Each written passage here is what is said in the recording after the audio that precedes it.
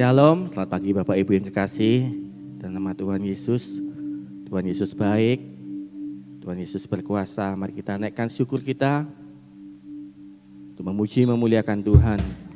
Terima kasih Yesus, terima kasih Roh Kudus. Mengurapi kami Tuhan. Kau mau pakai kami sebagai alat-Mu ya Bapa. Kau mau berhadirat atas puji-pujian kami, penyembahan kami Tuhan. Biar nama-Mu saja yang ditinggikan, nama-Mu saja dipermuliakan. Roh Kudus pimpin kami, Roh Kudus urapi kami ya Bapa. Kami siap memuji memuliakan Engkau. Haleluya, amin. Haleluya. Dia Allah kita, satu-satunya harapan kita. Haleluya. Walau dunia berubah, namun kasih-Mu Tuhan tetap sama di hidupku. Kau setia dalam setiap rencana-Mu. Ku percaya hidupku dalam tangan-Mu. Walau dunia berubah, namun kasih-Mu Tuhan tetap sama di hidupku. Kau setia dalam setiap rencana-Mu. Ku percaya hidupku dalam tangan-Mu. Sampai detik ini ku melihat penyertaan-Mu sempurna. Sampai selamanya Kaulah Tuhan, satu-satunya pengharapanku. Dunia boleh berubah, tapi kasih Tuhan tetap sama. Haleluya. Dunia berubah, namun kasih-Mu Tuhan tetap sama di hidupku. Kau setia dalam setiap rencana-Mu. Ku percaya hidupku dalam tangan-Mu. Sampai detik ini ku melihat penyertaan-Mu sempurna. Sampai selamanya Kaulah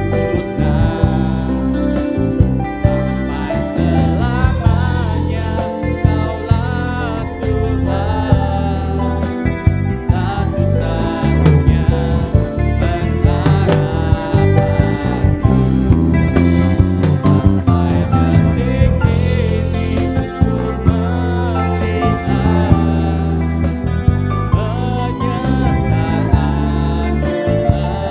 penyertaan-Mu sempurna. Sampai selamanya Kaulah Tuhan, satu-satunya pengharapanku. Dunia boleh berubah, Yesus tetap sama. Walau dunia berubah, namun kasih-Mu Tuhan tetap sama di hidupku. Kau setia dalam setiap rencana-Mu.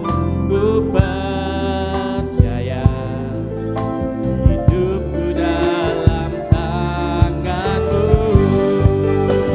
Sampai detik ini ku melihat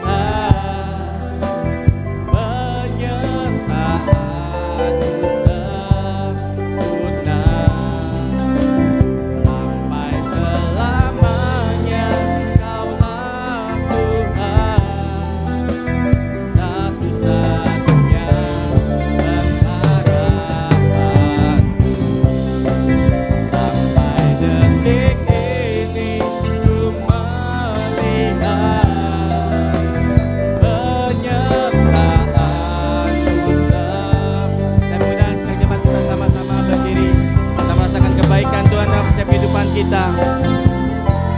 Tuhan, satu-satunya pengharapanku.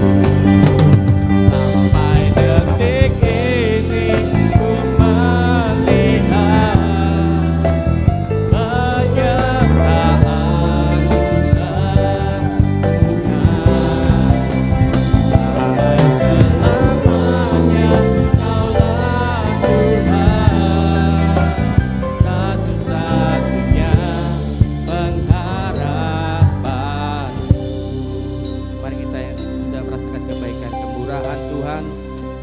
kehidupan kita, mari kita sama-sama mau katakan.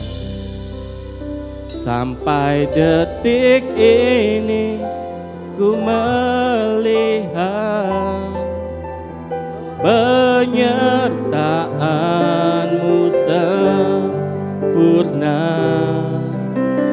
sampai selamanya Kaulah Tuhan, satu-satunya pengharapanku. Mari kita jemaat sama-sama mau katakan. Terima kasih. Kami tetap melihat kemurahan.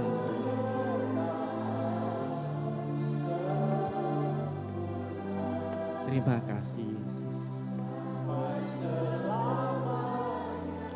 Kaulah Tuhan, satu-satunya pengharapanku.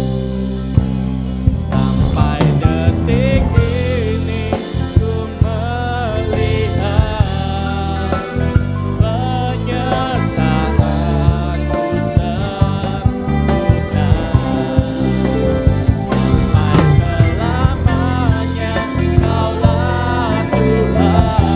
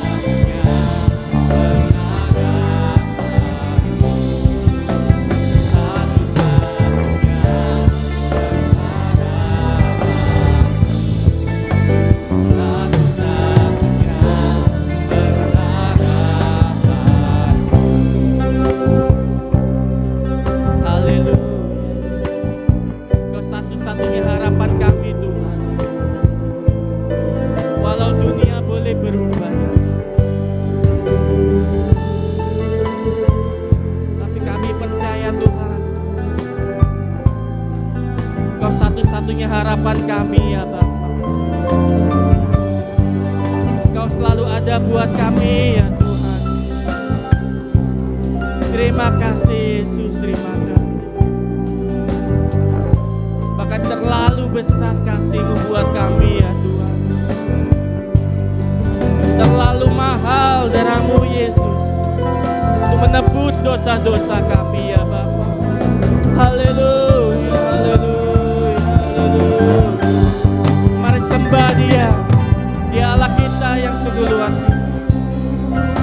Dia sudah menebus dosa-dosa kita. Bahkan mati di kayu salib demi kita. Kita yang berdosa boleh diselamatkan. Terima kasih Tuhan. Terima kasih Yesus. Haleluya, haleluya. Terima kasih Tuhan. Haleluya, haleluya.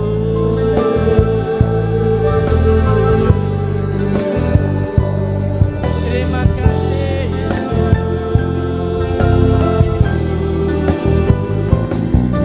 Terima kasih Tuhan. Haleluya. Terima kasih Tuhan.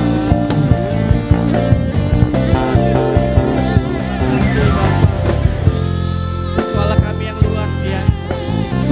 Kasih-Mu tetap sama Tuhan. dulu, sekarang, sampai selama-lamanya ya Yesus. Terlalu besar kasih-Mu buat kami. Haleluya, haleluya. Kami mau mengiring Kau ya Tuhan seumur hidup kami. Engkau harapan kami ya Tuhan. Terima kasih Yesus. Haleluya, haleluya. Kami mau masuk dalam hadirat-Mu yang kudus. Terima kasih Tuhan, terima kasih bahwa kami masuk dalam hadirat-Mu. Terima kasih Yesus. Terima kasih Tuhan, kami mau mengiring. Mengiring-Mu seumur hidupku, masuk dalam rencana-Mu Bapa.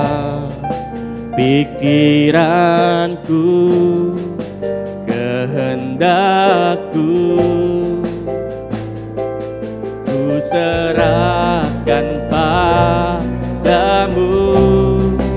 Harapanku hanya di dalam-Mu, bukan teguh bersama-Mu Tuhan. Jadikanku rencana-Mu untuk memuliakan-Mu. Mengiring-Mu kami mau masuk dalam hadirat-Mu. Terima kasih pikiranku, kehendakku, ku serahkan padamu. Harapan kami Tuhan hanya di dalam Kau Yesus. Yang teguh bersama-Mu Tuhan. Jadikanku rencana-Mu untuk memuliakan.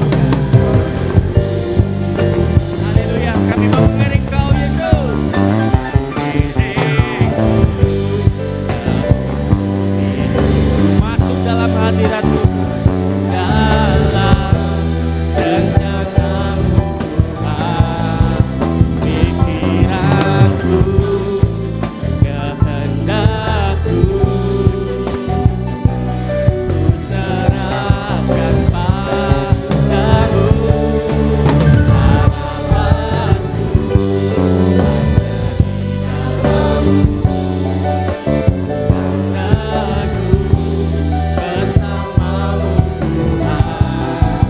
Jadikanku rencana-Mu untuk memuliakan-Mu Tuhan. Muliakan-Mu untuk memuliakan-Mu, untuk memuliakan-Mu.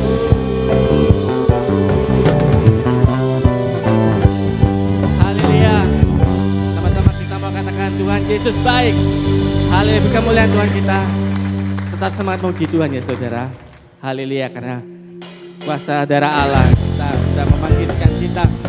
Haleluya. Oleh darah anak domba, iblis sudah dikalahkan. Kita sudah diselamatkan. Haleluya. Sekarang telah tiba keselamatan dan kuasa dan pemerintahan Allah kita, kuasa-Nya yang diurapinya, karena telah dilemparkannya para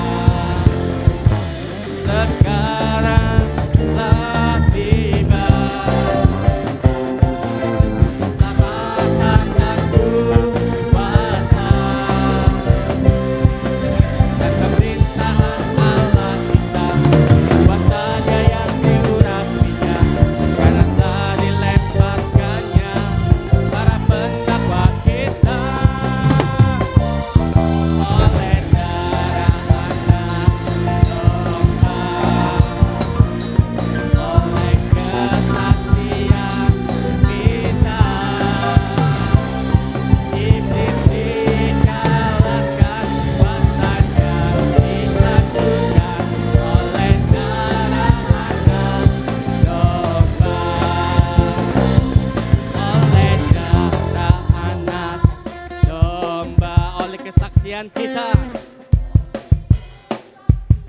Iblis sudah dikalahkan. Iblis dikalahkan, kuasanya dihancurkan oleh darah anak domba. Haleluya, oleh darah domba. Oleh darah anak domba. Oleh kesaksian kita. Iblis dikalahkan, kuasanya dihancurkan oleh darah anak, oleh darah anak, oleh darah anak domba. Haleluya. Beri kemuliaan Tuhan kita, sungguh luar biasa. Tuhan kita begitu baik buat kita. Terima kasih, silakan kembali saudara. Haleluya, percaya bahwa kuasa Tuhan tidak terbatas saudara ya. Bahkan cara Tuhan mencintai kita sungguh luar biasa. Dia ada setiap cerita proses hidup kita. Bahkan di titik terendah kita, dia selalu ada. Selalu mengangkat hidup kita saudara. Haleluya.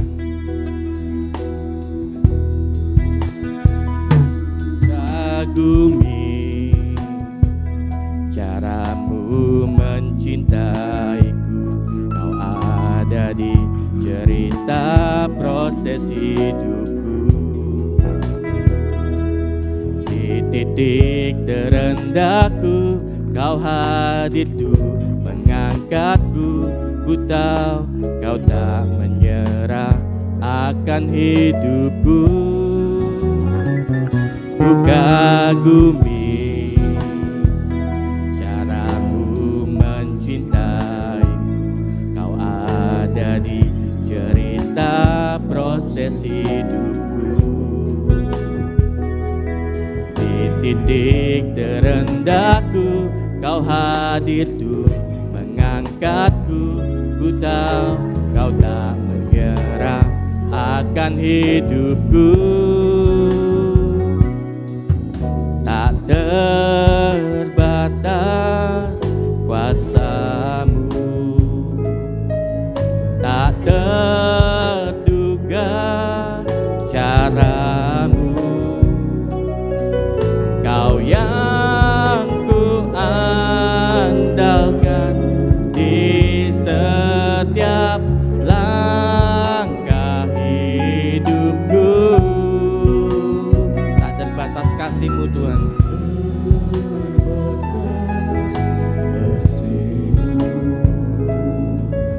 Tak terduga jalan-Mu.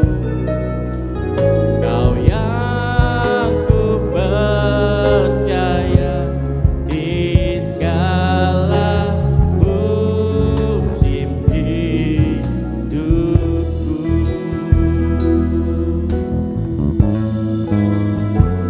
Ku kagumi caramu mencintaiku, kau ada di cerita proses hidupku.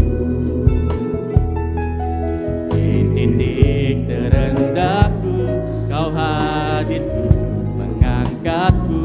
Ku tahu kau tak menyerah akan hidupku. Tak terbatas kuasa-Mu,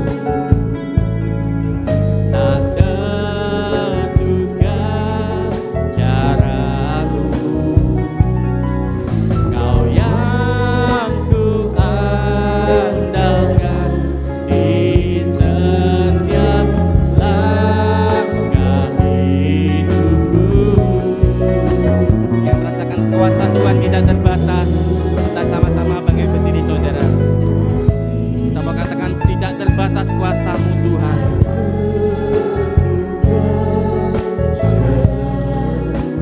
Tidak terduga jalan-Mu ya Bapa.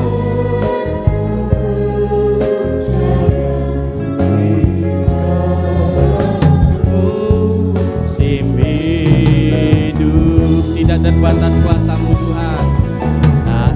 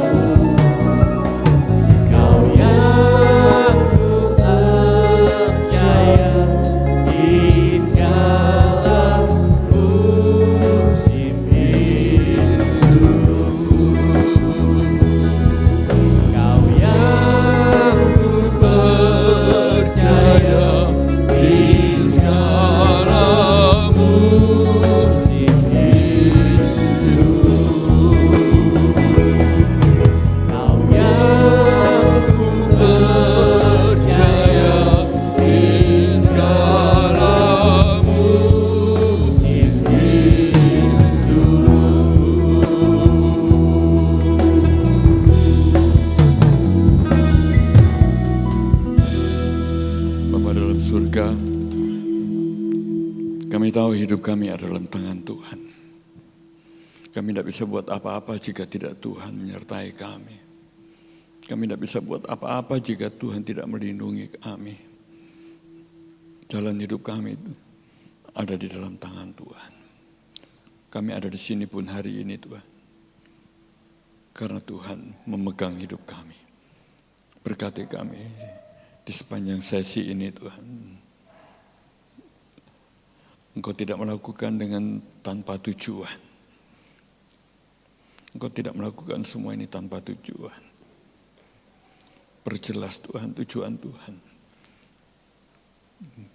Perjelas kepada kami. Dalam berkat nama Yesus kami berdoa. Haleluya. Amin. Silakan duduk. Shalom Bapak Ibu sekalian. Terima kasih sudah boleh melayani Anda lagi pada pagi hari ini. Judul firman Tuhan hari ini adalah mengejar tujuan hidup. Ayatnya next diambil dari Ibrani 12 ayat 1 sampai dengan ayat ketiga. Saya undang Anda sekalian kita baca bersama-sama ayat ini ya.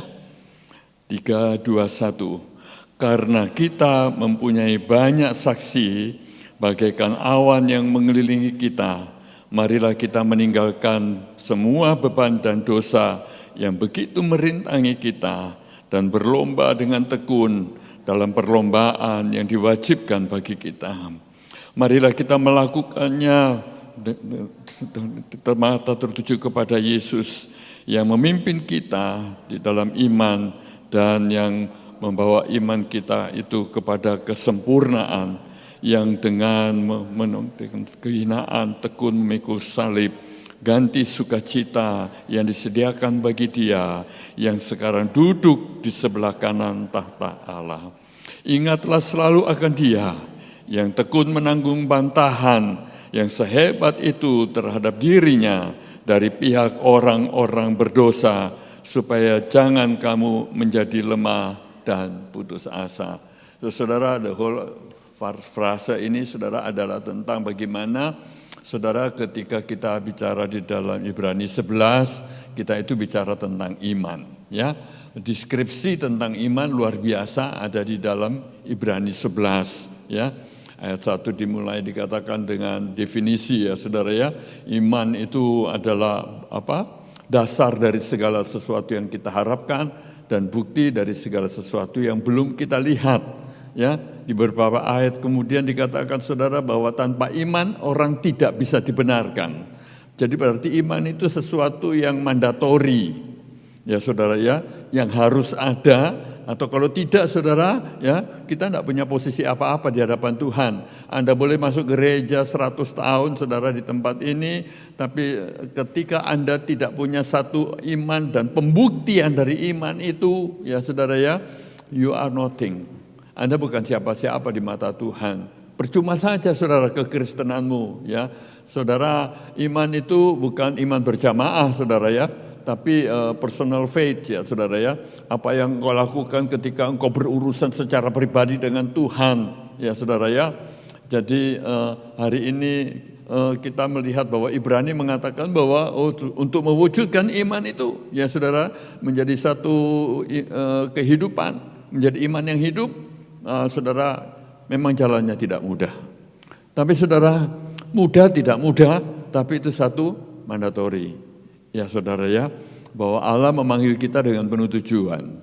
Saudara, segala sesuatu di dalam dunia ini tercipta, itu saudara diawali dengan sebuah tujuan. Let's say misalnya saudara, Anda lihat di setiap orang di rumah punya apa saja saudara ya. Punya bakul nasi, punya piring, punya sendok, garpu, kompor, dan segala macam, saudara ya. Anda punya banyak perkara. Kita mungkin tidak tahu siapa pencipta kompor, kita juga tidak tahu siapa pencipta garpu, kita tidak tahu siapa pencipta mangkok dan lain-lain, saudara. Tapi saudara, satu hal yang pasti, saudara, itu tidak ada begitu saja. Itu tidak jadi dengan begitu saja. Itu dimulai dari satu kebutuhan, dari satu keinginan. Ya saudara ya, misalnya kalau Anda punya kancing sekarang di bajumu, Saudara, mungkin ada satu orang di zaman dulu, ya, entah siapa namanya, saya nggak tahu, saudara ya. Tapi dia merasa saudara tidak elok kalau punya baju cuma kain dilipet-lipet di seluruh badan gitu. Ya, perlu dijahit, ya, perlu dikasih kancing supaya jadi gampang dipakai, ya saudara. Jadi saudara akhirnya terciptalah kancing, betul nggak saudara? Ya, ada orang dulu saudara, ya, mungkin zaman nenek moyang kita mau makan, ya saudara ya. Kalau orang Jawa kan kalau makan kan muluk gitu ya saudara ya, pakai tangan. Tapi bayangkan saudara, Anda muluk tapi yang Anda makan nasi soto. Di muluk kayak piye ya, gimana caranya dipuluk itu nasi soto saudara ya. Anda tidak bisa menyendok kuah itu pakai jari-jarimu saudara ya. Butuh satu alat, dan alat itu ya saudara bingung mereka saudara ya. Zaman dulu belum ada sendok, lalu mereka putar, akhirnya ketemulah didesainlah satu alat yang namanya sekarang sendok dan garpu. Nah saudara, itulah semua saudara, semua penciptaan itu dimulai dari satu tujuan. Ya, enggak punya tujuan, enggak punya ciptaan. Enggak ada tujuan, enggak ada ciptaan. Ya, saudara, demikian pula next dengan kejadian kita, saudara, ya. Kalau Allah enggak punya tujuan, pasti Allah enggak mencipta kita. Masuk akal enggak saudara? Anda diciptakan tapi tanpa satu tujuan. Ya saudara ya, dikatakan saudara di dalam Efesus itu ya, saudara dikatakan apa? Ya, sebab di dalam Dia Allah telah memilih kita sebelum dunia dijadikan supaya kita kudus dan tak bercacat di hadapan-Nya. Saudara, jadi Allah punya tujuan. Sebelum saudara dijadikan, sebelum Logos ini ada, sebelum Surabaya ini ada, sebelum Pulau Jawa ini ada, sebelum semuanya ini, dunia ini ada saudara, di sana di dalam alam kekekalan itu Allah punya satu tujuan di dalam hatinya. Lalu Dia mulai bikin planning, dan saudara dan saya ada di dalam grand skenario itu. Ya saudara, Anda dan saya itu diposisikan saudara untuk mengambil bagian di dalam grand skenario Tuhan itu. Jadi saudara, Anda meluncur ke sini ini bukan kecelakaan atau kebetulan. Ya saudara ya, diluncurkan ke dalam dunia jauh sebelum itu. Jauh di belakang kita saudara, Allah sudah punya satu grand skenario, sudah punya satu skema. Saudara akan bagaimana. Ya saudara ya, next. Jadi saudara, desain penciptaan kita itu saudara sangat beragam. Ya, DNA saudara dan DNA saya tidak sama. Ya, setiap orang di sini punya DNA yang berbeda-beda. Ya saudara ya, dikatakan saudara ya, tapi saudara tujuannya tetap satu. DNA-nya beda-beda, tapi tujuannya tetap satu. Ya saudara. Dan itu ada di dalam Yohanes pasal yang ke-15 ayat yang ke-17. Dikatakanlah, inilah perintahku kepadamu, kasihilah seorang akan yang lain. Saudara, satu hari ya, the best lawyer di Yerusalem saudara ya, menguji Tuhan Yesus dengan the best question ya saudara ya. Dikatakan, guru, hukum apa yang paling penting ya saudara, dan kemudian Yesus mengatakan apa? Ya, nomor satu dan yang terutama adalah kasih Allahmu dengan segenap hati, segenap akal budimu, bahkan segenap kekuatanmu. Nomor dua yang sama dengan itu, ya adalah kasihilah sesamamu manusia seperti engkau mengasihi dirimu sendiri. Saudara, ya kita jadi tahu saudara tujuan tertinggi Allah itu seperti itu, ya mengasihi Dia dan mengasihi sesama, ya saudara. Dan untuk jalan ke arah sana Allah punya 1001 cara ya. Zaman dulu saudara ada satu pameo mengatakan ada banyak jalan ke Roma ya saudara ya. Sebetulnya memang ada banyak jalan menuju ke satu tujuan ya. Allah menciptakan kita dengan DNA yang sangat-sangat berbeda, sangat unik ya saudara. Dan saudara tahu ya saudara, Anda lahir di dalam dunia ini itu saudara sangat penuh dengan detail. Ya, Anda lahir tahun berapa, ya, bulan berapa, tanggal berapa, jam berapa, jadi anak laki atau perempuan, anak siapa Anda, ya, etniknya apa, Chinese kah, Jawa kah, Arab kah, atau apa, kemudian lahirnya di mana, ya, besarnya di mana, sekolahnya di mana, punya bakat apa. Ya saudara, lalu Anda mulai bekerja sebagai apa? Itu semua Allah sudah mendetailkan jauh sebelum ya tanggal kelahiran kita. Sebelum tanggal kelahiran kita itu udah komplit.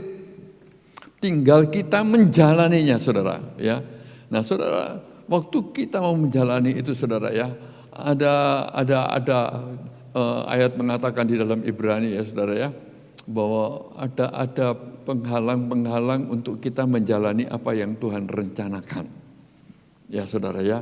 Dan saudara, Tuhan Yesus pun ke dalam dunia ini bukan tidak punya tujuan. Dia punya tujuan, next. Ya saudara, ya. Nah, tapi saudara, ketika dia mencapai tujuannya juga dengan penuh susah payah. Ya saudara, ya. Dengan penuh susah payah. Dikatakan saudara di dalam Ibrani, marilah kita melakukan, ya, maksudnya saudara, mengejar tujuan hidup kita ini yang sudah didesain oleh Tuhan ini, saudara, dengan apa saudara? Mata yang tertuju kepada Yesus yang memimpin kita dalam iman dan yang membawa iman kita itu kepada kesempurnaan, yang dengan mengabaikan kehinaan tekun memikul salib, ganti sukacita yang disediakan bagi dia. Saudara, Yesus itu adalah textbook kita. Dia juga lahir sama dengan kita.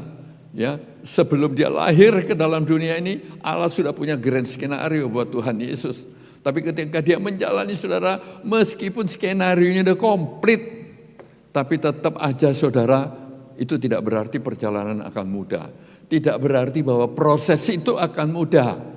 Ya saudara dan saya, saudara, skenarionya itu sudah komplit. Dan juga itu tidak berarti bahwa perjalanan hidup kita itu akan mudah. Ya saudara, ya. Jadi Yesus itu adalah textbook. Ya, 3,5 tahun dia melakukan banyak perkara sampai pada akhirnya, saudara, dia tiba di kayu salib. Saudara, saya mau bilang kepada saudara, ya, ketika kita itu mau menjalani apa yang Tuhan rencanakan bagi kita, itu satu perkara sudah pasti, saudara. Kita harus tinggalkan zona nyaman. Apa itu zona nyaman, saudara? Ya, apa yang saudara hidupi, apa yang saudara biasakan selama berpuluh-puluh tahun, dan saudara merasa sudah nyaman dengan itu, ya saudara, dan saudara pengen melakukan itu lagi, dan saudara tidak ingin lakukan hal baru, ya saudara, tidak berani mencoba hal-hal baru, karena saudara hal baru itu selalu penuh dengan tanda tanya, penuh dengan risiko, ya saudara. Kita nggak mau pikir risiko, kita mau hidup yang nyaman, kita mau hidup yang tenang, kita nggak mau berubah, kita nggak mau bergerak, ya saudara. Tapi saya mau kasih tahu kepada saudara, ya, Tuhan tidak mengharapkan kita seperti itu. Tuhan mengharapkan kita itu, saudara, memenuhi grand skenario Tuhan. Ya saudara, ya. Dan untuk itu Anda harus tahu pasti tidak nyaman. Karena engkau akan ditantang untuk melakukan banyak hal baru yang belum pernah kita lakukan sebelumnya. Ya saudara. Dan saudara, iblis akan menghalangi kita, akan sama dengan daging kita, saudara, ya. Dan maka penulis kita Ibrani mengatakan, mari kita menanggalkan apa, saudara? 2 perkara, beban dan dosa. Apa itu beban, saudara? Beban itu masa lalu. Saudara, saya sebelum masuk jadi hamba Tuhan di dalam ladang Tuhan, saudara, saya mengalami banyak perkara, ya saudara, ya. Sejak saya menikah, saya hidup sebagai pengusaha, saudara, selama sekitar 15 tahun, ya saudara, ya, 15 tahun, dan itu saya tidak mengerti, saudara, saya ini bukan Kristen dari lahir, ya. Dan ketika saya ada di pertama kali menjadi Kristen, saya tidak bisa katakan itu lahir baru, sebab saya tidak mengerti apa itu lahir baru. Saya cuma tahu saudara kalau jadi Kristen saya pergi ke gereja, ya saudara ya. Dan saya tidak memahami Tuhan sama sekali dan tidak bertumbuh di dalam Tuhan. Saya tidak mengerti apa yang namanya Ibrani 12 ini, saya tidak dikasih tahu, tidak ada orang mengajar saya, saudara. Ya, jadi saya berpikir, ya saya jadi pengusaha aja.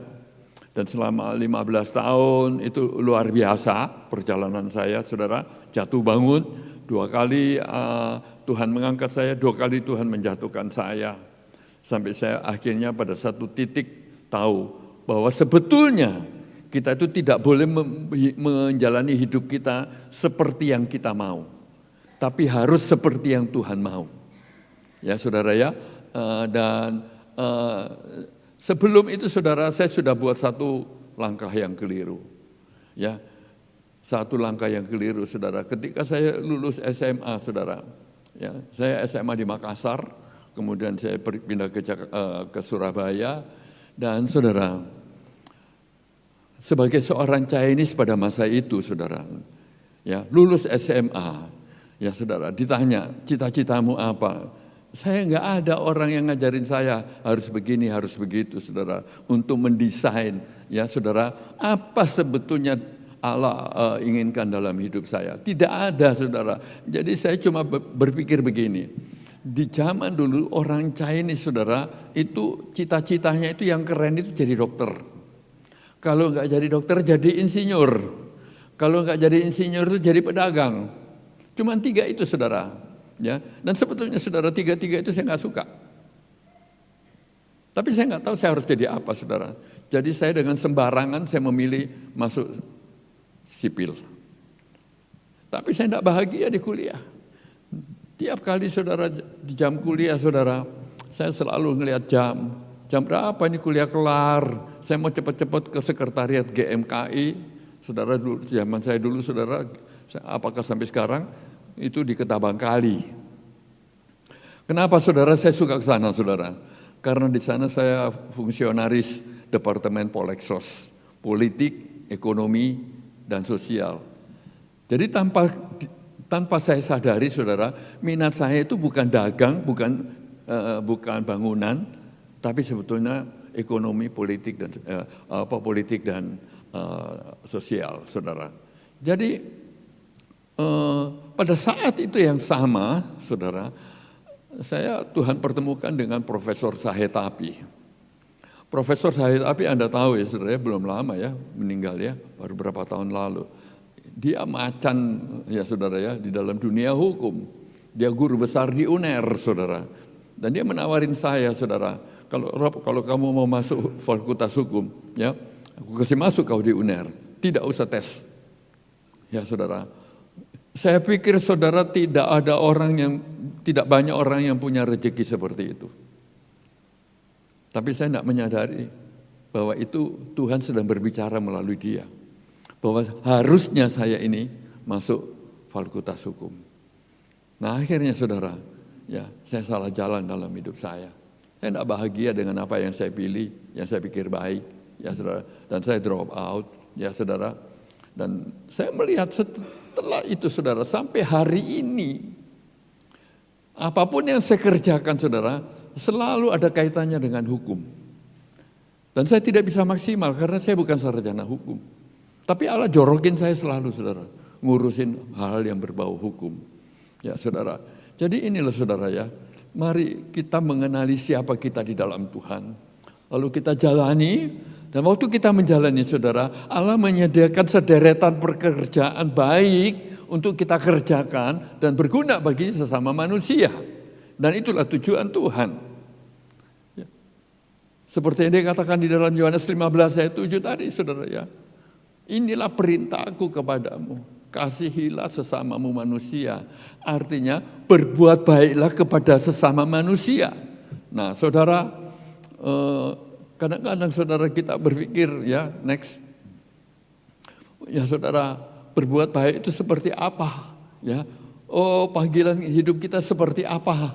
Ya, mungkin saudara sama dengan saya dulu saudara. Destiny itu apa? Ya. Saya tidak menyadari bahwa Allah menciptakan saya dengan penuh tujuan. Ya saudara, tapi saya hari ini mau bilang kepada saudara, siapapun saudara, Anda tidak kebetulan diluncurkan Tuhan ke dalam dunia ini.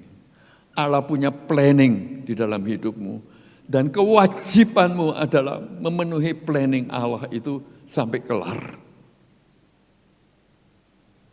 Jadi saudara, setiap orang punya kewajiban dalam hidup ini untuk dilakukan. Yang bukan untuk dirinya sendiri, tapi untuk sesama manusia. Sebab ketika kita melakukan itu, kita sedang melakukan tujuan tertinggi Tuhan. Kasihilah sesama manusia seperti dirimu sendiri. Saudara, panggilan itu selalu unik. Anda jangan keturut-turutan, jangan latah sama orang. Ya, jangan saudara pikir Allah itu tidak kreatif. Allah itu ultra kreatif. Ya saudara, dia punya 1 juta tujuan dalam 1 juta orang, saudara. Ya, dia menciptakan orang, saudara, dengan tidak ada yang sama, ya saudara ya. Karena Allah super kreatif. Jadi saudara, dia menciptakan setiap orang itu unik. Untuk berbuah, saudara, Anda tidak harus jadi pengkhotbah. Untuk berbuah, Anda tidak harus jadi WL, tidak harus jadi pemain musik di gereja, tidak harus jadi guru sekolah minggu. Bukan itu tidak baik, saudara. Tapi gereja ini tidak butuh 100 pengkhotbah, tidak butuh 100 WL, saudara. Ya, kita tidak perlu berebut panggung ini.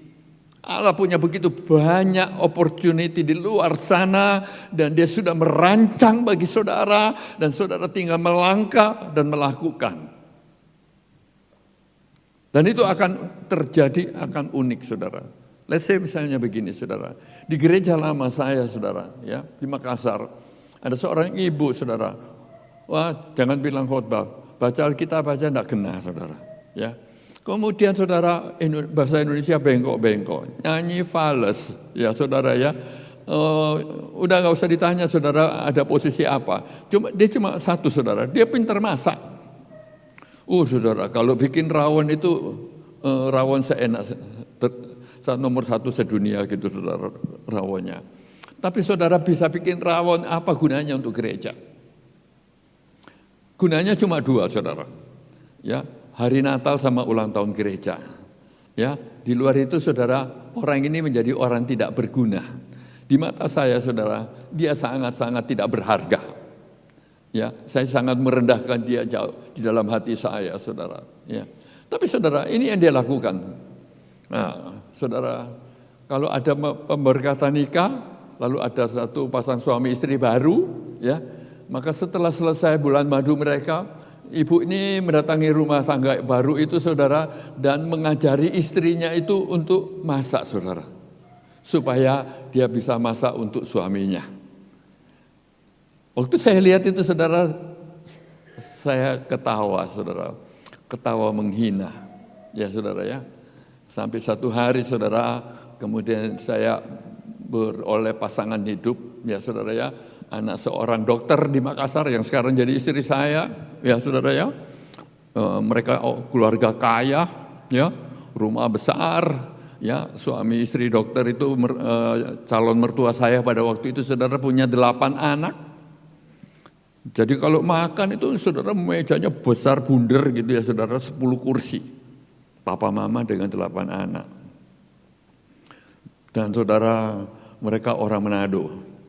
Jadi kalau belum 7 macam itu belum makan namanya, saudara ya. Tidak sama dengan orang Jawa, saudara ya.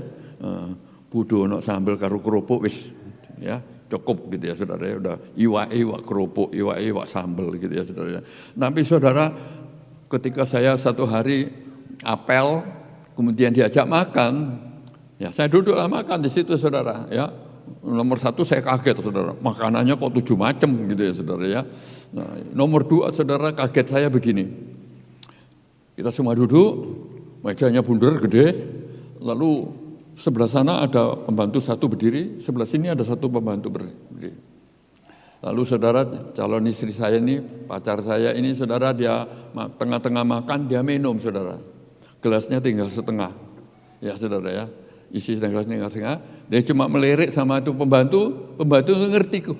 Saudara, langsung pergi ke lemari es, ambil botol air, lalu tuangkan lagi air minum yang setengah gelas itu dipenuhi lagi. Saudara, saya kaget, saya shock lihat itu saudara. Ya, di rumah kami nggak pernah nyuruh pembantu untuk ngambil air minum saudara. Ya, jadi saudara waktu saya lihat itu saya bingung saudara. Iki ya minum aja diambilkan gimana nyambelnya ya gitu ya. Waduh saya mulai stres saudara ya. Ini pasti tidak bisa masak ini kalau begini nih. Ambil air minum aja kayak tidak punya tangan gitu saudara ya. Gimana caranya nyambel gitu kan saudara ya. Apalagi mau bikin rawon ini kadoan ini saya bilang itu saudara ya. Saya sudah mulai shock di situ. Udah benar saudara.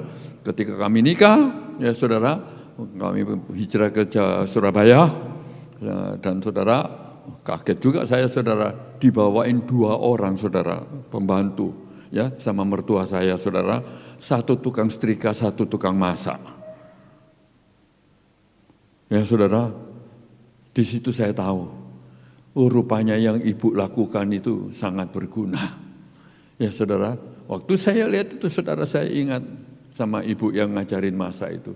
Ternyata walaupun di mata banyak orang itu pekerjaan yang kecil, yang remeh, yang sepele, tapi saudara sebetulnya banyak gunanya yang dia lakukan bagi banyak rumah tangga muda. Ya saudara, sayangnya istri saya tidak kebagian seperti itu karena saya langsung bawa ke Surabaya. Saudara, jadi saudara, Anda jangan berpikir kalau Tuhan kasih Anda keterampilan yang kelihatannya remeh. Tidak ada yang remeh di mata Tuhan. Tidak ada saudara, pekerjaan sekecil apapun tidak ada yang remeh di mata Tuhan. Ya, saudara bukan itunya yang dinilai Tuhan, besar kecilnya pekerjaanmu, tetapi ketaatanmu. Ya saudara, saya punya banyak pengalaman saudara tentang hal ini, tentang pekerjaan yang saya anggap remeh dan pekerjaan yang saya tidak suka, saudara. Tapi saudara, saya mau kasih tahu. Kalau Tuhan kasih satu ciptaan di dalam kita, Dia melengkapi kita dengan satu spesifikasi tertentu, ya saudara ya. Dia kasih kita DNA. Dia tidak akan sebetulnya lalu diciptakan dengan bakat untuk jadi pemain musik, tapi kemudian saudara ya profesimu tukang batu. Enggak saudara ya. Apa yang Tuhan taruh dalam hidup kita ini, terapkan saja. Tuhan akan menuntun kita dan kita akan tiba kepada tujuan-tujuan Tuhan. Ya saudara ya. Jadi selalu saudara, panggilan hidup itu selalu sesuai dengan desain. Ya saudara, itulah kesalahan saya. Tuhan mendesain saya sebagai orang hukum, tapi saya pergi ke fakultas teknik. Itulah hamartia saudara. Ya, hamartia itu saudara karena kita berpikir ya ini tidak pantas, kita berpikir ini tidak enak ya saudara ya. Seperti misalnya saudara, saya pernah cerita di sini waktu saudara Bakery Bread Talk buka pertama kali di Indonesia itu di Kelapa Gading, di Mall Kelapa Gading saudara ya. Anda tahu saudara waktu Bread Talk baru buka, itu mall belum buka saudara, orang udah antri saudara. Kayak orang antri sembako di depan pintu mall yang masih tertutup. Waktu mall dibuka saudara mereka lari masuk. Saudara nyerbu ke toko roti itu. Tuh rotinya tidak murah saudara. Tapi orang makan, orang ngantri beli seperti barang gratisan saudara. Seperti barang diskonan. Ya saudara. Dan sampai mall tutup saudara, antrian itu tidak pernah sepi. Lalu saudara orang Kelapa Gading lihat, rupanya orang Kelapa Gading berani beli roti mahal. Lalu bermunculan bread-breadan itu semua saudara. Bread Story, Bread In, Bread apa semua. Pokoknya saudara ya itu di Kelapa Gading banjir bread. Ya saudara ya. Tapi tidak pakai lama saudara, jatuh bangun itu pabrik saudara. Kenapa? Allah tidak suruh mereka jadi itu. Ya saudara, Joni Andrian memang disuruh itu. Tapi kalau tidak berarti semua orang disuruh itu. Kita semua punya panggilan yang unik. Dan kita nggak boleh, saudara, ketika kita tidak menghargai rencana Tuhan dan hanya menghargai logika kita sendiri, kita sedang berdosa sama Tuhan. Hamartia. Yang berikut, saudara, tidak selalu mudah untuk dijalani. Anda lihat Tuhan Yesus tujuannya baik, jalannya tidak baik. 3,5 tahun, saudara, dia lakukan semua perkara yang baik. Tapi bukan, saudara, bukan pujian yang dia dapatkan. Bantahan, tantangan, hinaan, ujian, saudara, semua. Jadi, saudara, saya mau bilang kepada saudara, jangan pernah putus asa ketika engkau merasa Allah menghendakimu untuk melakukan sesuatu. Dan ketika engkau menjalaninya, engkau mengalami banyak hal, sudah pasti, saudara, keluar dari zona nyaman itu tidak pernah enak. Sudah pasti. Saya hampir katakan sudah pasti. Ya, saudara, tapi ketika engkau melakukan, engkau berharga. Ketaatanmu itu berharga di mata Tuhan. Ya, saudara, saya undang saudara semua di sini.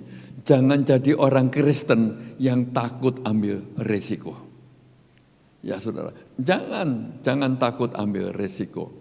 Saudara, waktu saya masuk ladang Tuhan, saudara, ada dua, tadi saya bilang, saudara, beban dan dosa. Ya, dosa itu adalah hamartia. Beban itu seperti apa, saudara? Saya pernah jadi pengusaha, tadi saya bilang. Saya pernah jadi employer, saya bilang tadi, saudara. Sebagai orang yang sudah lama menjalani hidup, saudara, saya pernah berhasil, saya pernah gagal. Saya pernah jatuh, saya pernah bangun. Ya, saudara, ya. Lalu, saudara, kemudian saya baru tahu bahwa destiny saya bukan orang dagang. Lalu saya mulai masuk ke dalam perusahaan properti. Saya tidak sadar, saudara, kenapa saya masuk ke perusahaan properti. Ya, cuma itu jalan yang Tuhan bukakan bagi saya. Dan ternyata, saudara, saya masuk ke bagian pembebasan tanah dan sangat syarat berurusan dengan hukum. Sangat syarat dengan sengketa tanah, ya, saudara, ya. Macam-macam sengketa yang saya tangani. Dan itu adalah urusan hukum. Dan itulah DNA yang sebetulnya ada di dalam diri saya. Nah, saudara, ketika saya masuk ladang Tuhan, saya traumatik banget, saudara. Ya, saya sedang ada di puncak sukses di sekuler, lalu Tuhan panggil saya tinggalkan semua, dan saya masuk ladang Tuhan. Dan saudara, trauma apa yang saya hadapi? Saya ingat, dulu saya pernah dagang, lalu pernah bangkrut. Saya takut, saudara, di ladang Tuhan nanti saya gagal. Lalu saya ingat lagi, saya di perusahaan properti itu, oh, saudara, naik daun, moncer, ya, saudara, ya. Lalu saya takut kalau keberhasilan masa lalu itu tidak berulang. Jadi takut gagal, takut tidak berhasil. Ya, saudara, gagal sama dengan tidak berhasil. Intinya itu, saudara, itu selalu membuat saya khawatir, takut saya nanti jadi hamba Tuhan tidak karuan di dalam dunia persilatan ini, ya, saudara, ya. Dan itu membuat saya tidak berani melangkah, tidak berani buat keputusan, tidak berani buat terobosan, tidak berani berbuat sesuatu, ya, saudara. Dan kemudian satu orang mentor saya, seorang ibu rohani dari Salatiga, saudara, waktu dia mengunjungi saya dan saya sedang duduk di meja kerja saya, dan dia bilang, Pak Robi, engkau belum move on dari masa lalumu. Lalu, saudara, dia mendoakan saya dan saya lepaskan semua beban itu, dan kemudian saya berlari kencang di dalam ladang Tuhan. Saya mau bilang kepada saudara, engkau mungkin pernah gagal, tapi itu tidak boleh membuat engkau takut gagal. Di dalam Tuhan kita selalu punya kesempatan yang baru. Saya pernah gagal, pernah. Saya pernah nggak taat sama Tuhan, nggak masuk fakultas hukum. Tapi Tuhan selalu punya penawaran baru. Tuhan selalu kasih kesempatan baru. Dan saudara, Anda nggak boleh berhenti. Allah punya kesempatan yang tidak terbatas bagi saudara. Anda boleh gagal 10 kali, Allah punya 20 rencana baru. Anda tidak boleh berhenti. Anda nggak boleh statis. Duduk di bangku merah ini bukan tujuan akhir daripada kekristenanmu. Anda harus berbuat sesuatu. Dan sesuatu itu hanya berguna bagi saudara pribadi. Engkau akan beroleh mahkota. Iya saudara. Anda tidak dipanggil untuk bikin penuh bangku gereja saja. Tidak. Anda dipanggil supaya di dalam gereja ini Anda menjalani kekristenanmu dan mengejar destinimu.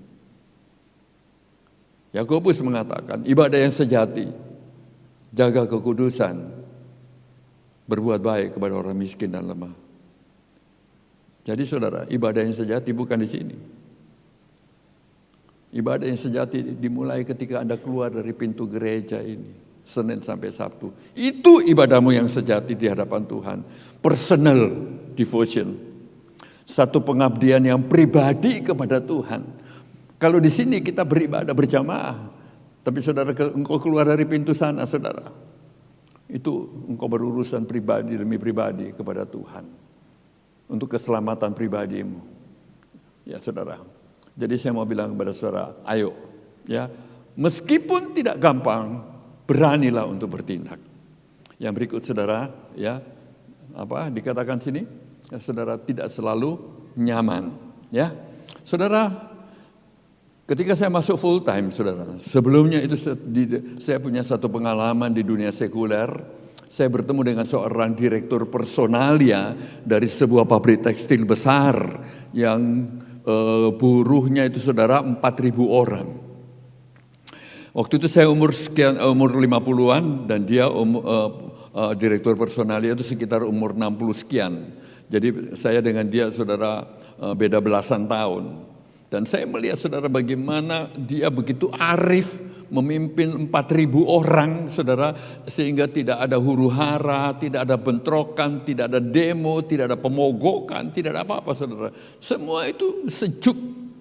Dan saya kagum sama ini orang. Gimana satu orang bisa mengendalikan 4.000 orang dengan begitu baik. Dan saudara, diam-diam saya ingin itu saudara, ya. Itu satu titik di mana Tuhan bicara kepada saya. Tapi saya tidak tahu saudara, pada waktu itu saya masih mengerjakan pembebasan tanah. Sampai ketika saya masuk ladang Tuhan, kira-kira 5 tahun kemudian saudara, tahun 2005, tiba-tiba Tuhan bicara sama saya. Kamu harus jadi orang seperti dia. Kamu harus jadi personalia. Tapi saudara, di dalam dunia kan tidak elok kalau saya datang kepada Pak Niko lalu bilang, Pak Niko, Tuhan panggil saya untuk jadi kepala personalia, ya, tolong berhentikan itu yang sekarang gitu, gantikan sama saya gitu. Apa saya harus ngomong begitu saudara? Nah saudara, kantor kami saudara 280 full timer. Besar kecil tua muda, ya saudara ya, S1-nya seabrek gitu ya saudara ya. Dan saudara, saya bilang Tuhan, kalau Tuhan tetapkan saya bersedia. Saudara, dan Anda tahu saudara, dalam perjalanan dari tahun 2005 sampai 2013, saya mengendapkan itu mimpi, tapi saudara perjalanan saya tidak mulus. Tuhan tetapkan saya pegang unit ini, pegang unit ini, pegang unit ini, yang kalau waktu saya dikasih saudara, iki opo sih gitu saudara. Tapi saya memutuskan untuk menerima apa yang Tuhan berikan. Sebab saudara, tanpa saya sadari, itu yang menuntun saya menuju ke kursi personalia. Dan perjalanan menuju ke kursi itu saudara ternyata 8 tahun. Ya, lalu Tuhan ciptakan satu momentum di mana saudara kepala personalia itu tidak kapabel untuk menyelesaikan masalah. Dan saya dipanggil untuk menyelesaikan. Dan sejak saat itu saya duduk di kursi itu personalia. Saudara, ini bukan ambisi saudara. Apa bedanya visi dengan ambisi? Kalau visi itu saudara, itu dari Tuhan. Kalau ambisi itu dari kita sendiri. Buat kita, untuk kita ya saudara ya. Tapi kalau visi itu buat Tuhan, dari Tuhan buat Tuhan. Ya saudara. Dan ketika saya menduduki kursi panas itu saudara, luar biasa saudara. Anda tahu saudara, ya, Anda pikir saya menginginkan karena itu enak. Saya menginginkan bukan karena itu enak, tapi karena disuruh Tuhan. Kalau enak, tidak enak, di antara semua jabatan saya di gereja hari ini saudara, itu yang paling tidak enak. Saya digugat di Departemen Tenaga Kerja, di Depnaker, di Komnas HAM, di pengadilan, dibawain lawyer, di mosi, segala macam, saudara. Itu pekerjaan yang sama sekali tidak enak. Tapi kalau saya mau lari dari situ, saya takut sama Tuhan. Dan kalau saudara tanya hari ini, di antara semua jabatan yang saya punya di gereja, saudara, kalau harus tinggal hanya satu, maka saya akan pertahankan ini, yang paling tidak enak ini. Dan itu saudara, panggilan hidup tidak selalu nyaman. Dan justru itu berharga di mata Tuhan, ketaatan kita. Nah saudara, yang berikut saudara, ya tidak selalu jadi beban. Ya saudara, Yesus suatu kali mengatakan begini, pikulah kuk yang kukenakan kepadamu. Ya, dan belajarlah kepadaku, karena aku lemah lembut dan rendah hati. Anda tahu kuk, ya, satu palang yang ditaruh di punggung, di punuknya seekor sapi untuk menarik pedati. Ya saudara ya, sapi itu tidak memikul beratnya pedati itu, tidak saudara. Dia hanya harus berjalan saja. Ya, urusan pedati berat seperti apa itu bukan urusan dia. Ya saudara ya, dikatakan makanya saudara itu disebut kuk. Tuhan bilang, kamu ini tidak pikul beban, kamu ini pikul kuk. Jadi ya saudara, poin kita hanya apa? Taat.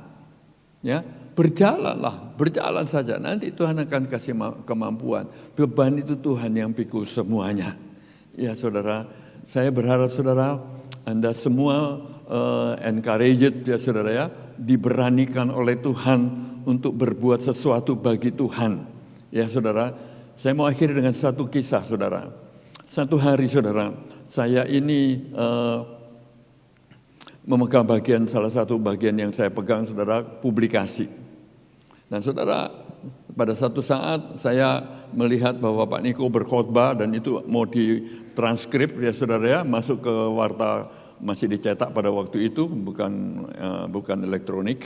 Dan saudara, dia sedang menyetir satu khotbah dari Presiden Iran pada zaman itu tahun 2003 ya saudara ya. Itu Rafsanjani, Presiden Iran, dia berpidato di sidang umum PBB dan dia menghinakan saudara Israel dan memuji Hitler ya di forum dunia itu, dan Pak Niko sangat terganggu dengan hal itu, dan dia menyatakan ketergangguan dia di dalam khotbah dia, dan seorang staf saya kemudian mentranskrip itu word by word ya saudara. Lalu saya melihat ini kalau dimuat di warta saya bisa dikerotok sama orang nih saudara ya besok pagi gitu ya saudara ya. Jadi saya datang ke meja Pak Niko, mohon izin, apakah tidak lebih baik saya menghapus beberapa bagian dari khotbah Bapak supaya tidak berpotensi macam-macam. Pak Niko bilang, oh ya setuju. Ya, jadi saya bilang, saya kembali ke meja, lalu saya mulai hapus-hapus yang kira-kira sensitif, dan kemudian saya balik ke Pak Niko. Terus Pak Niko bilang, oh ya ini bagus tapi masih kurang. Ini juga perlu diganti gini. Saya balik lagi ke meja saya saudara, lalu saya lakukan dan saya balik lagi ke ruangan Pak Niko begini ini, ya masih kurang, ya sedikit lagi, ya. Lalu saya pulang lagi ke meja saya saudara. Waktu saya balik ketiga kalinya ke meja Pak Niko, ternyata Pak Niko sudah pulang. Jadi saya fax, ya waktu itu belum umum pakai email saudara ya, jadi saya fax saja ke Pak Niko gitu, ke rumah dia.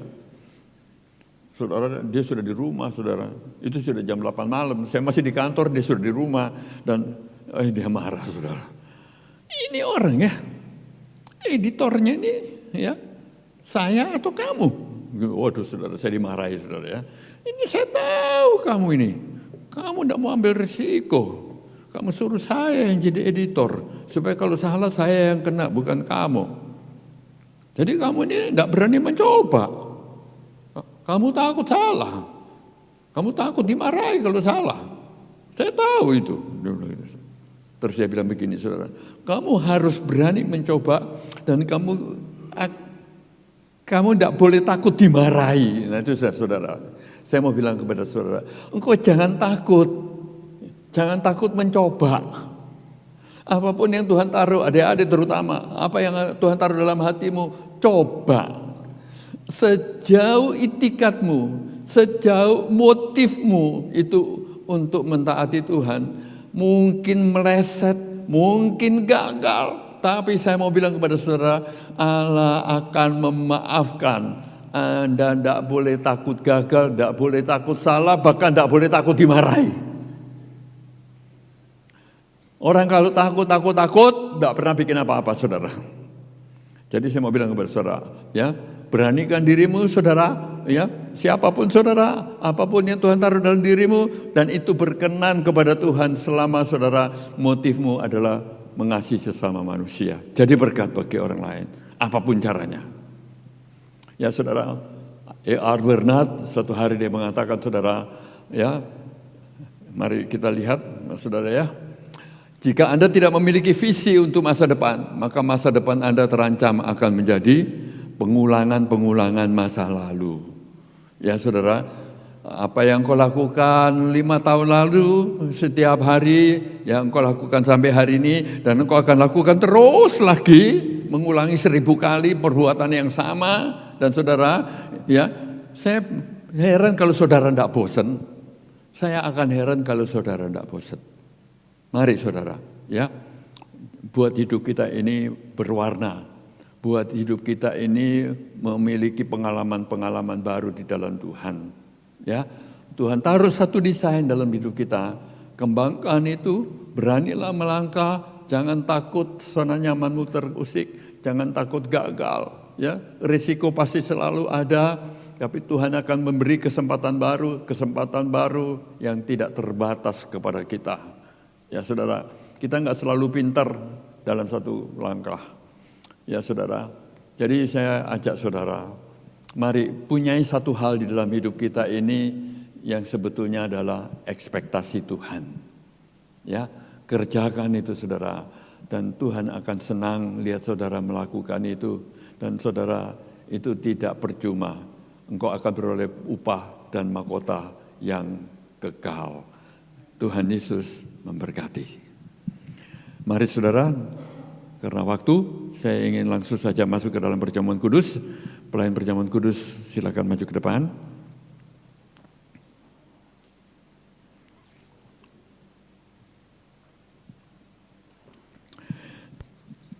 Bapa dalam surga, di depan kami Tuhan ada tubuh dan darah-Mu.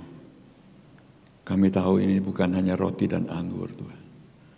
Kami tahu ini adalah bukti pengorbanan Tuhan kepada kami. Ajar kami mengambil bagian dengan cara yang berkenan kepada Tuhan. Siapkan kami Tuhan, siapkan kami. Terima kasih Tuhan, terima kasih, layakkan kami Tuhan. Dalam berkat nama Yesus kami menerimanya. Haleluya. Amin. Silakan. Telah kulihat bukti kasih-Mu, Kau menderita gantikanku. Dengan darah-Mu Kau selamatkanku. Kini ku hidup menyenangkan-Mu.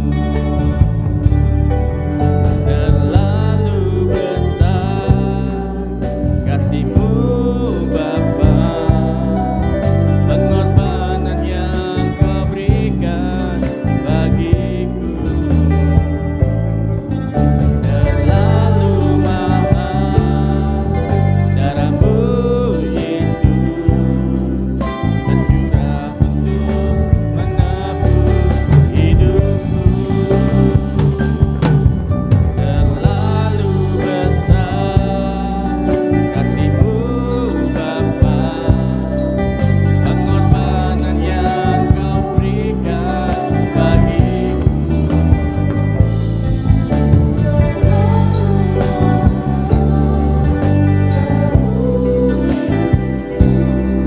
Tercurah untuk menebus hidupku. Saudara, sebelum kita ngambil bagian dalam perjamuan ini, Saya mau share satu hal saudara ya. Saya mau share tentang satu yang saya alami. Ini kan bulan Paskah ya saudara ya. Satu hari saya dijadwal oleh sebuah gereja di Pontianak untuk bulan April dan disuruh milih tanggal sendiri. Lalu saya milih tanggal saudara dan saya ketelesut saudara, saya milih tanggalnya itu tanggal 5 April. Saya tidak sadar bahwa itu adalah Paskah. Ya saudara ya. Tapi saya sebetulnya sangat tidak berani khotbah Paskah. Ya saudara, saya sangat lebih tidak berani lagi khotbah Jumat Agung. Jadi kenapa saudara? Saya punya pengalaman begini. Kita semua saudara mungkin ya anak laki-laki terutama ya cowok-cowok ya suka nonton sepak bola, pertandingan bola di televisi, Liga Inggris kah, Liga Champion lah ya saudara ya. Dan itu kan selalu tengah malam ya. Kita nonton di televisi saudara, pengalaman menonton sepak bola di televisi itu sesungguhnya saudara sangat dibatasi oleh seperti apa televisimu. Kalau televisimu saudara 14 inci yang konde gitu ya saudara ya, terus suaranya ke radio transistor, mau 90.000 penonton bergemuruh di stadion Liverpool gitu ya saudara ya. Tidak ada gunanya saudara ya, dia akan dikerdilkan ya sesuai dengan speakernya televisi jelek itu. Tapi kalau saudara punya satu home theater ya saudara ya, Anda punya satu sound system yang baik, stereo set yang baik, Anda punya satu layar yang melengkung ya saudara ya, yang kurva itu dan lain-lain saudara, Anda akan mulai lebih merasakan saudara ya apa yang terjadi di lapangan rumput sana. Nah saudara, tapi satu hari saudara ya, Michael ini saudara anak saya, ya saudara, dia punya anak lakinya ini gila bola saudara, namanya Daryl. Pada suatu saat saudara, dia ngajak Daryl saudara pergi ke Inggris hanya untuk nonton sepak bola. Dan pulang dari sana saudara, dia bilang beda banget nonton sepak bola dari televisi, dari nonton sepak bola langsung dari tribun utama, dari kelas VIP ya, yang cuma sekira 50 meter dari lapangan rumput gitu ya saudara ya, yang di tengah-tengah 90.000 penonton.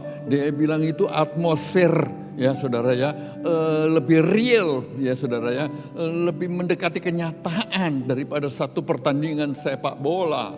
Dia bilang begitu saudara ya. Dan bagaimana gemuruh, bagaimana ketika pemain menggiring bola menuju ke daerah pertahanan lawan ke kotak penalti. Oh saudara, orang sudah berdiri, ya saudara, ketegangan memuncak.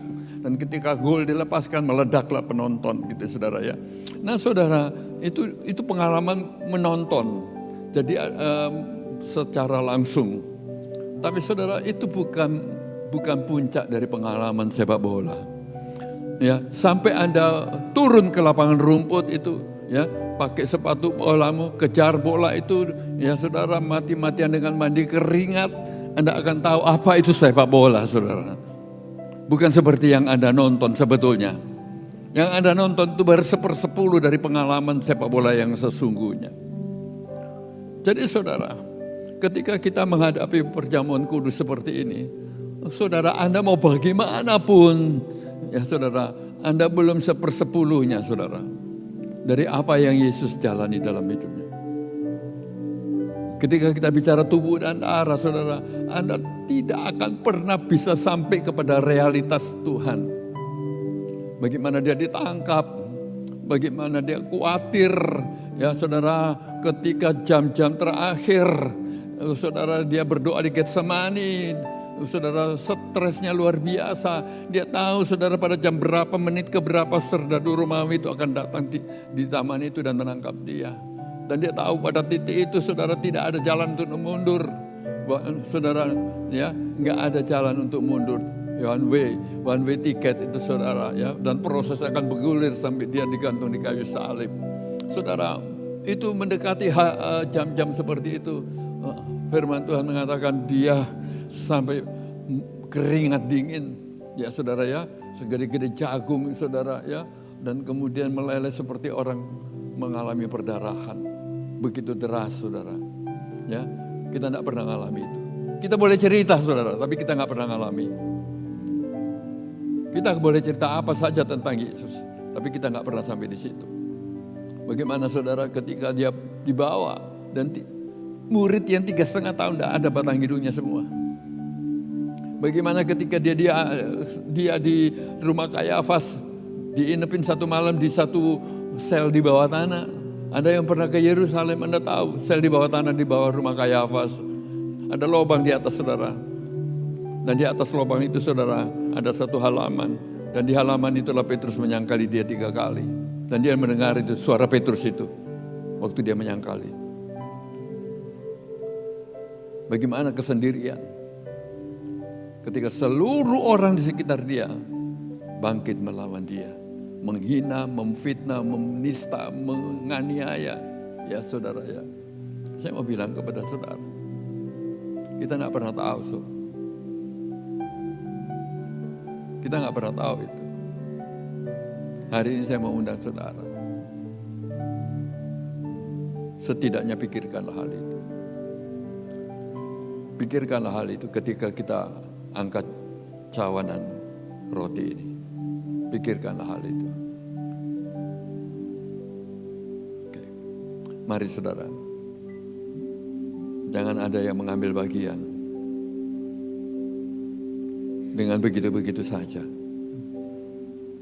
dengan tidak menghiraukan apa yang Tuhan lakukan bagi kita. Jangan makan dengan tidak berkenan kepada Tuhan. Minta ampun kalau ada dosa yang Tuhan ingatkan bagi kita.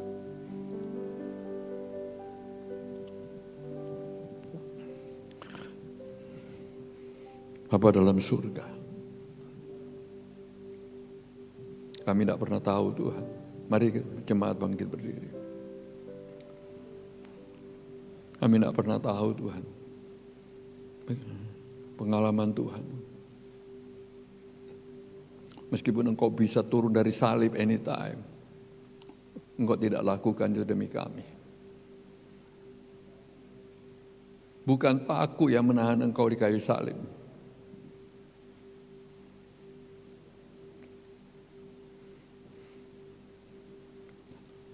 Saya percaya ada banyak kali Tuhan ingin menyerah, tapi Dia tidak menyerah. Dia mungkin bisa setiap saat turun dari salib, membatalkan salib itu. Kalau Dia tidak lakukan itu bukan karena paku itu menahan Dia, tapi karena Dia lihat wajah saudara dan saya. Karena Dia lihat wajahmu dan wajahku, saudara. Dia menyelesaikan itu bagi kita semua. Kita ada di sini karena itu. Karena kemenangan Dia. Karena kemenangan Dia. Karena Dia tahan. Karena Dia tahan. Karena Dia tanggung itu semua. Terima kasih Tuhan. Terima kasih Tuhan.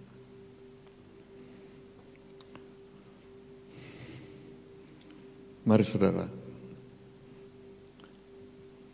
dengar firman Tuhan. Bahwa Tuhan Yesus pada waktu malam, tatkala Ia diserahkan, Ia mengambil roti, mengucap syukur, memecah-mecahkannya, dan memberikannya kepada murid-muridnya, serta berkata, inilah tubuhku yang diserahkan karena kamu.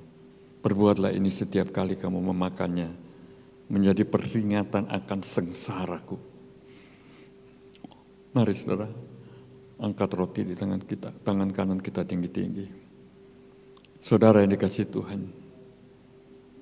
Yesus, bukankah roti yang kita pecah-pecahkan ini adalah persekutuan kita dengan tubuh Kristus? Mari kita makan.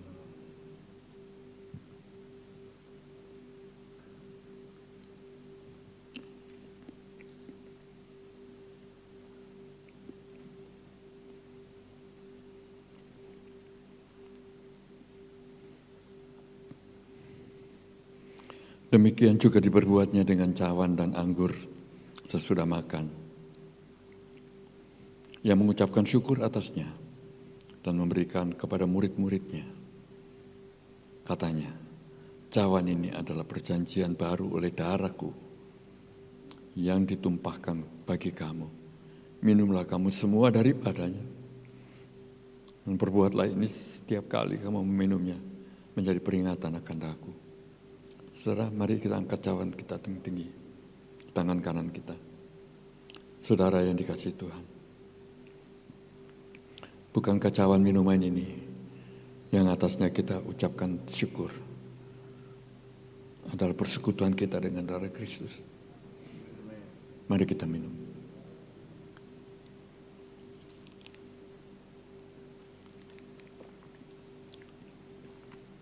Makasih Tuhan. Perjamuan ini adalah anugerah Tuhan bagi kami. Tidak ada Tuhan, tidak ada kami Tuhan. Tidak ada Paskah, tidak ada kami Tuhan. Tidak ada kemenangan Tuhan, tidak ada kemenangan kami. Tidak ada penderitaan Tuhan, tidak ada kesembuhan kami. Tuhan, makasih Tuhan. Makasih Tuhan. Makasih Tuhan. Terima kasih buat semuanya Tuhan. Terima kasih buat segala sesuatu Tuhan yang ada di dalam kemenangan Tuhan. Terima kasih Tuhan buat semuanya Tuhan. Makasih Tuhan. Makasih Tuhan. Terima kasih Tuhan buat segala yang Tuhan buat bagi kami. Buat segala yang Tuhan buat kami Tuhan. Ketika Engkau menang Tuhan, kelepasan, kesembuhan, berkat, keselamatan, kemenangan, keberhasilan, semua menjadi bagian dari hidup kami oleh salib Tuhan. Terima kasih Tuhan. Terima kasih buat semuanya Tuhan. Terima kasih buat semuanya Tuhan. Oh ramataka sekina ralabaya ralabasyakata ralabaya ralabaralabashikina ralabaya. Oh ramapaka sekina raya pataka sekina. Kami tidak bisa menghitung Tuhan apa yang kami terima dari Tuhan. Kami tidak bisa hitung Tuhan apa yang kami terima dari Tuhan. Terpujilah namamu Tuhan. Terpujilah namamu Tuhan. Terpujilah namamu Tuhan. Dalam berkat nama Yesus kami sudah berdoa dan mengucap syukur. Sama-sama katakan amin. Silakan duduk Tuhan. Atas nama Ibu Gembala dan segenap sidang jemaat kami mengucapkan banyak terima kasih buat pelayanan Bapak Pendeta Robi Tenggala. Tuhan Yesus memberkati dan setiap pelayanan beliau dimanapun beliau berada. Kita akan diberikan kesempatan untuk berikan persembahan. Kita ingat kasih Tuhan yang selalu ada buat hidup kita. Haleluya.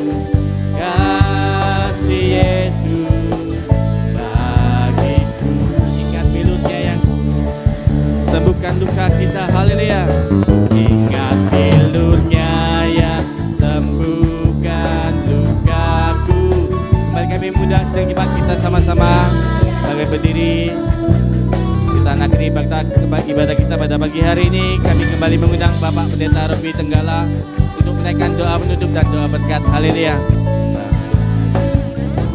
Ingat kasih-Nya. Ingat kasih-Nya yang mengubah hidupku. Ingat kasih-Nya yang selalu ada.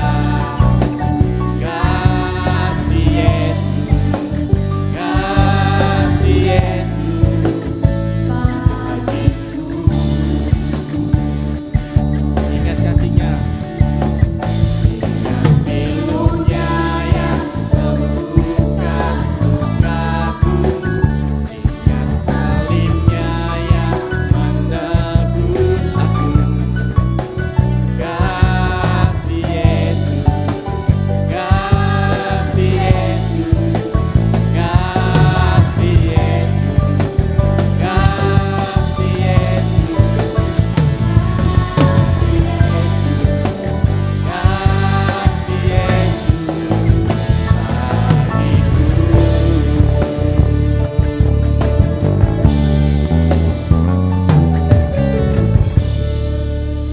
Akhir daripada ibadah ini Tuhan, kami akan kembali ke rumah kami masing-masing dan menjalani hidup kami sepanjang minggu ini sampai pada hari Minggu yang akan datang.